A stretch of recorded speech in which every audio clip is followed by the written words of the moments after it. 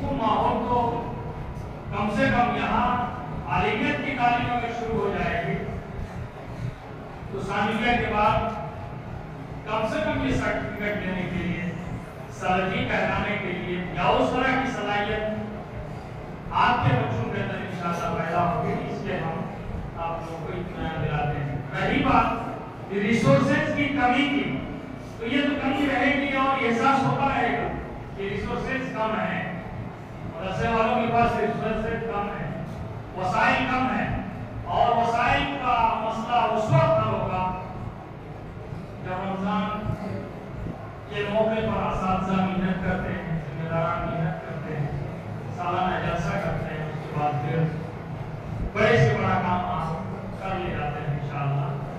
تو اللہ کے یہاں دیر ہے اندھیر نہیں ہے. آپ ابتدائی سے متوسطہ اور متوسطہ سے ثانویہ, اب ثانویہ سے مرحلہ وار چل رہے ہیں تو مسئلہ انشاءاللہ حل ہوگا. اور جو اہل خیر حضرات ہیں, ہمارے لیے سب سے بڑی پریشانی یہ ہے کہ ایک شخص زکات دینے کا اہل بن چکا ہے لیکن وہ زکات دینے میں نااہل بنا ہوا ہے. نااہل کو دوسرے لفظ میں نالائق بنا ہوا ہے. تو زکات کے مسائل کو سمجھ ہی نہیں رہا ہے بلکہ وہ 10 روپیہ دے کر 100 روپیہ کا حساب لینے کی کوشش میں ہمیشہ کرتا ہے. لہٰذا ان کا مزاج, ان کی مزاج سازی جس کو بولتے ہیں, ان کے مزاج سازی بھی ہونی چاہیے اور یہ تحریک چلنی چاہیے کہ زکات کی رقم کا بہترین مصرف مدرسہ ہے اور مدرسے کے بچے ہیں, اور کتاب و سنت کی تعلیم و ترویج کے لیے جو کام مدرسے سے ہو رہے ہیں. کچھ لوگ بول رہے تھے کہ زبان, اردو زبان یا عربی زبان یا انگریزی زبان یا ہندی زبان مدرسے کے بچے بہتر نہیں بول سکتے. یہ ایک عجیب سوال ہے. کیا بول سکتے؟ کون سی چیز ہے اس میں؟ کون سی چیز ہے اس میں؟ مشکل سے مشکل چیز ہے. یہی بچے جب جے چلے جاتے ہیں تو دنیا کی سب سے مشکل زبان, یہی مدرسے کے بچے, دنیا کی سب سے مشکل زبان چائنیز میں ماہر ہو جاتے ہیں. یہ کہاں کی فارن کی زبانیں یہ سیکھ لیتے ہیں اور اس کے بعد پھر سارا معاملہ نہیں کرتے ہیں. اور شہزادی سماج کے سب سے زیادہ بچے, چند ہی بچے جے تک پہنچے ہیں جو غیر مدارس بیک گراؤنڈ کے, مدرسے کے بیک گراؤنڈ کے سمجھ 99%. اس کا مطلب یہ ہے کہ صلاحیتیں ہیں, بچوں کے اندر صلاحیتیں ہیں, ان میں نکھار لانے کی ضرورت ہے. اساتذہ محنت کریں گے, انتظامیہ کی نظر رہے گی تو انشاءاللہ عالمیت کی تعلیم یہاں ہوگی.